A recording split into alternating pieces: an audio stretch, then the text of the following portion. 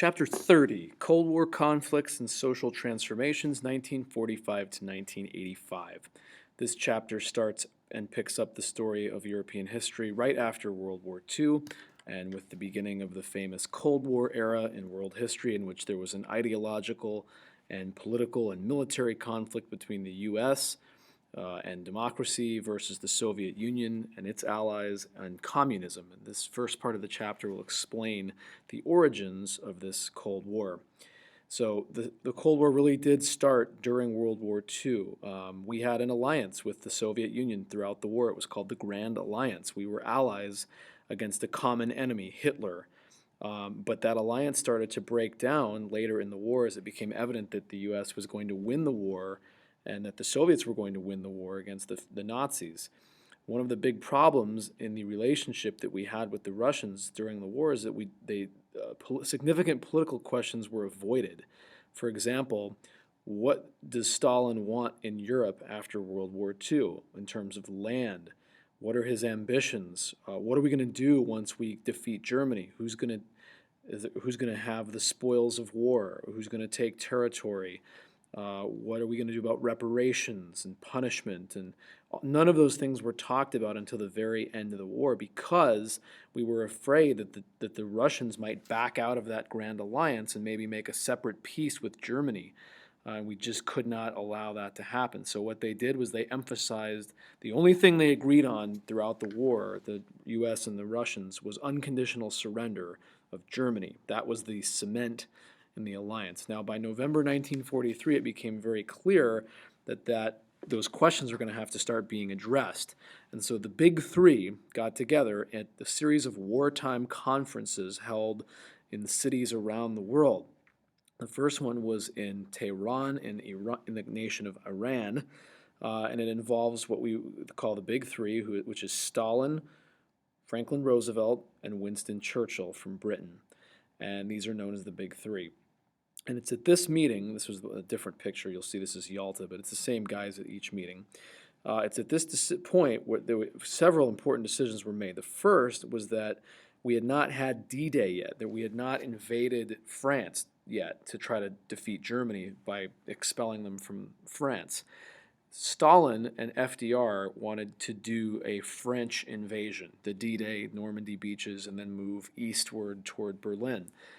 Winston Churchill wanted to open up what we called the second front of World War II by invading the Balkans, which is Greece, and go straight up north. And if you look at a map of Europe, if the Allies had invaded the Balkans and gone straight north, they would have run right into Berlin.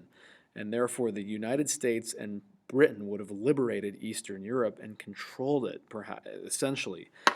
Stalin, of course, didn't want that because he wanted to be the one to liberate and therefore conquer Eastern Europe as the war ended.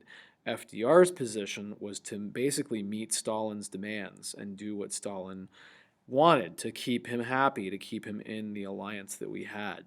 So Churchill was a little bit more maybe forward-thinking and willing to risk it a little bit more by he was calling Stalin's bluff right away. He knew that they wanted to invade and conquer Eastern Europe, and that if we had invaded the Balkans, it might have prevented that. But nevertheless, the decision was made to go through France. The next major conference was held just 2 years later at Yalta, which is an area in the Black Sea. This was basically right in Stalin's, near his summer house on the Black Sea. And at this point, February 1945, the Russians were in a very strong position. They were already all over Eastern Europe. They were nearing Berlin in terms of moving westward and defeating Germany. They were almost captured Berlin. They had already occupied most of Eastern Europe. So they were in a very strong position because they already had so much of that territory in their control. On the contrary, our president, Franklin Roosevelt, was very sick and near death. He was actually going to die just 2 months after this meeting. You can see him in the center. He does not look good. This conference made a very important decision. What we're going to do with Germany itself after the war. And the decision was made to divide Germany into 4 occupation zones. That's the term. And as well, take the capital city of Germany, Berlin, and divide that into 4 occupation zones. And each of the Allies is going to administer or run a portion of Germany and Berlin after the war. The British, Americans, French, and the Soviets are going to administer these 4 zones. Another promise made at the Yalta Conference by Stalin was that Eastern Europe would have free elections, yet everyone agreed, even the Americans and British, that the countries of Eastern Europe, like Poland, should remain friendly and somewhat pro-Russian, but yet with free elections. Kind of a complicated thing to have. They said you can have free elections, but you have to stay friendly to Russia. The meeting ended. There was never a chance that these free elections were going to be held. Stalin broke his word very rapidly and basically established one-party communist dictatorships in Eastern Europe instead. The third and final wartime conference, get to here in a minute, was the Potsdam Conference. And at the Potsdam Conference, different leaders were there. This was just in July of the same year, just a couple months down the road. FDR was dead, and President Harry Truman replaced him. Truman's a very different politician than Roosevelt. Truman was a hardliner, even though he was a Democrat. We would say at that time, though, he was very much against the Soviet Union and not willing to compromise with Stalin like FDR had. FDR and Stalin had a long relationship during the war. Truman was brand new. The British had a new prime minister. Winston Churchill was gone. He had been tossed out in an election at the end of the war because people of Britain were concerned about the Conservatives and Churchill's plan to rebuild the British economy. So a new British guy is at the helm. His name was Clement Attlee.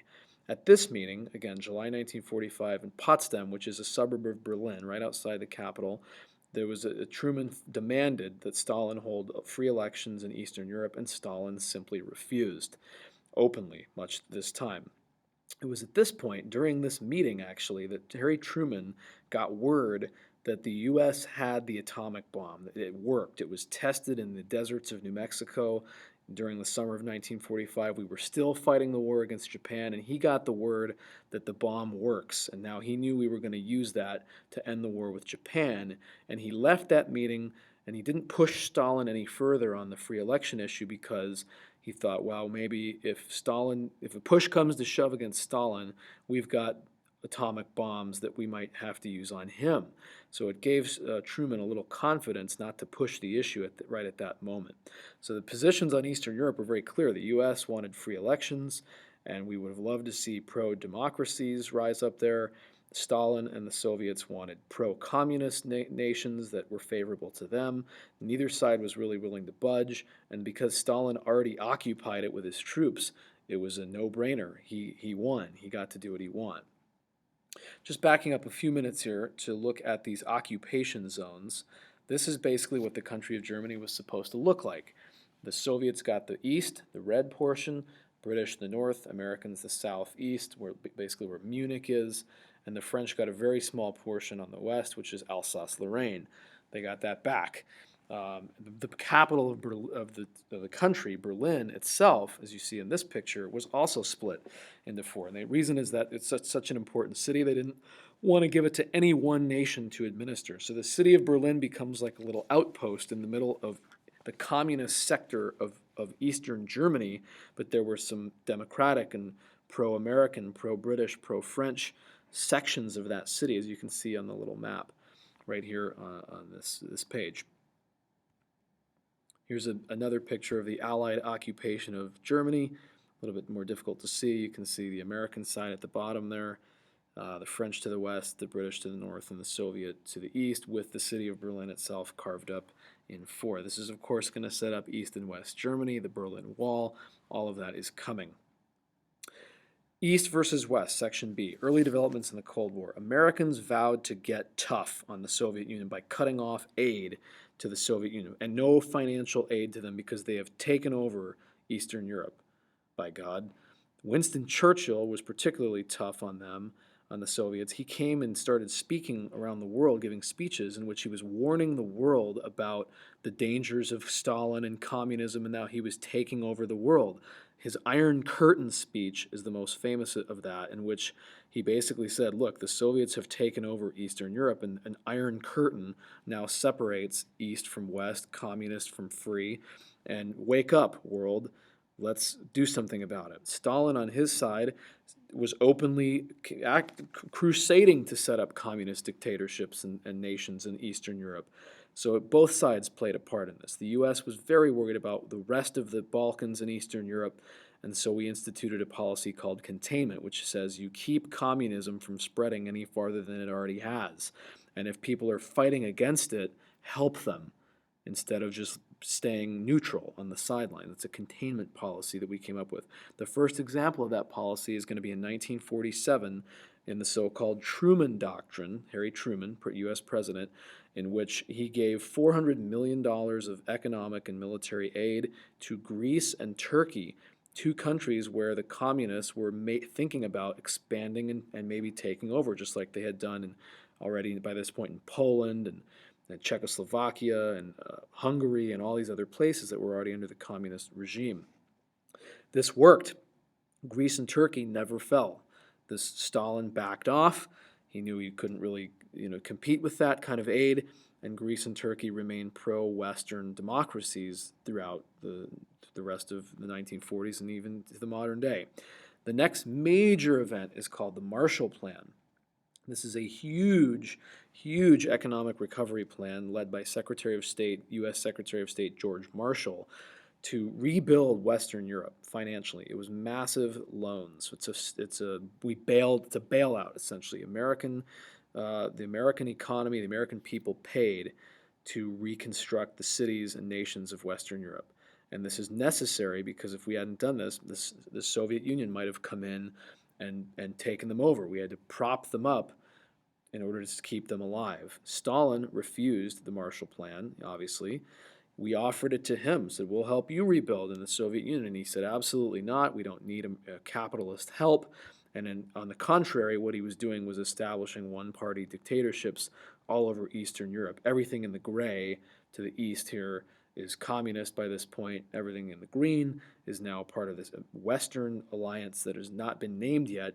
And you can see that the British, the French, and the Italians and the West Germans got most of the Marshall Plan aid. This is literally rebuilding the rubble, reconstructing government buildings, building schools, roads, hospitals, rebuilding businesses, you name it. We were providing that from 1947, 48, 49, all the way to about 50. The next major event of the Cold War is known as the Berlin Blockade and Airlift. In response to the Marshall Plan, Stalin was very irritated, as you can imagine, and he decided to cut off access to the western portion of Berlin, our own portion. He blocked the roads because they went across the Soviet sector, because it was his ambition then to try to take over all of Berlin for the Soviet zone.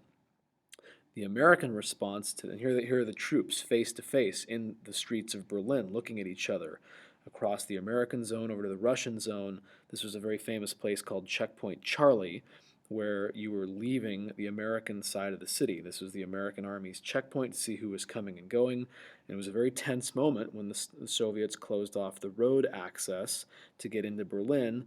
The troops mounted in this, city sidewalk, and they were nose to nose. And we thought, well, is this going to be war or is it not going to be war? All of these moments looked pretty sketchy at the time.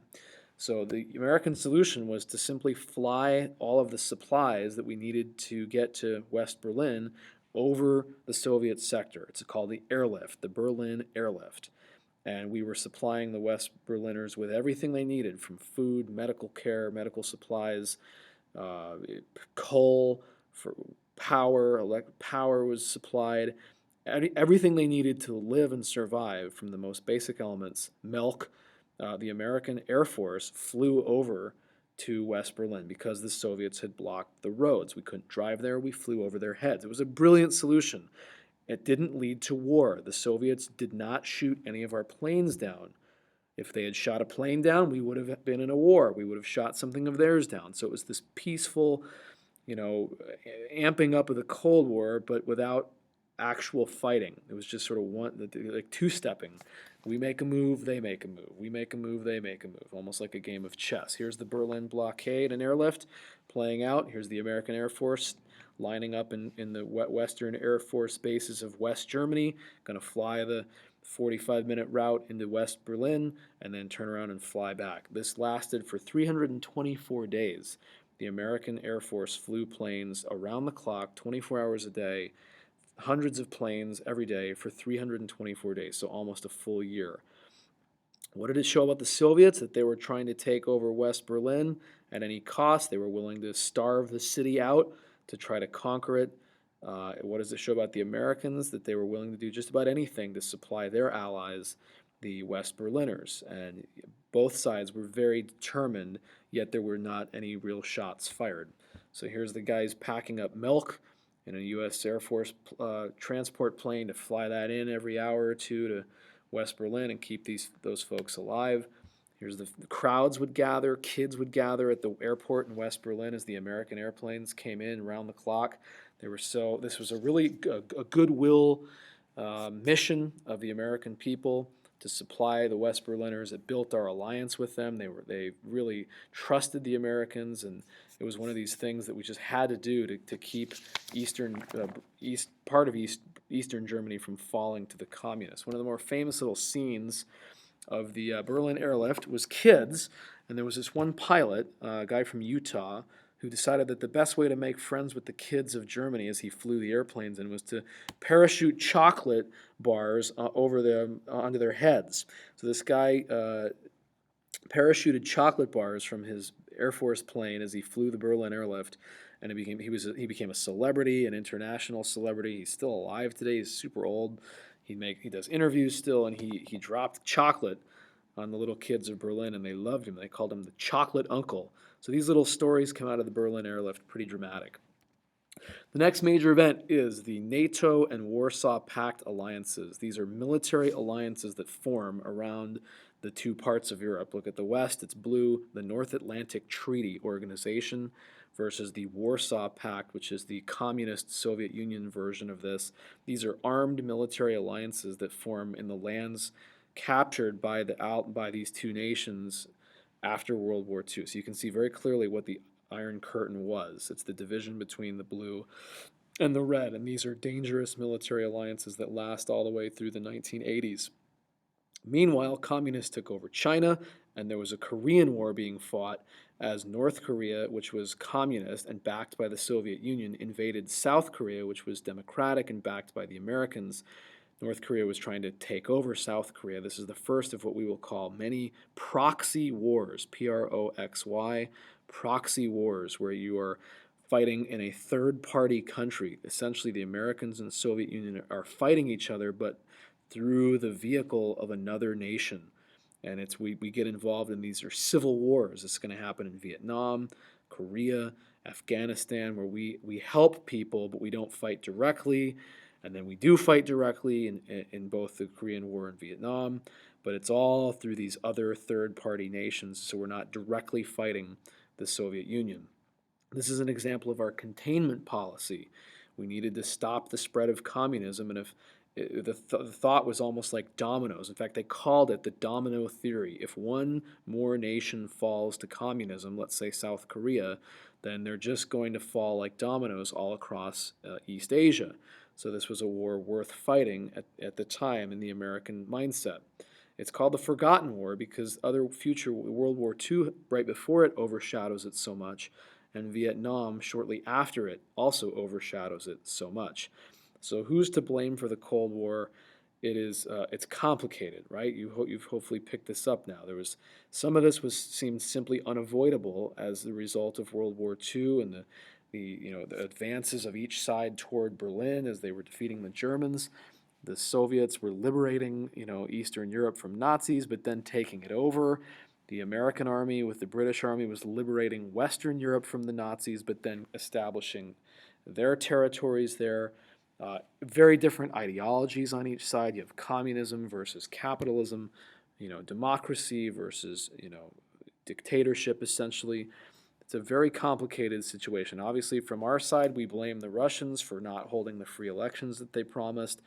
And obviously on the Stalin and the Soviet side, they blame the U.S. for intimidating them and trying to take over and create an American occupation zone in the West. So hostilities and mistrust and suspicions were everywhere in 1945, and the outcome was what we would call the Cold War. Long period of fighting where we don't actually go face-to-face with the enemy, but we use other conflicts, events, and wars as a means to carry out the war without actually going head-to-head.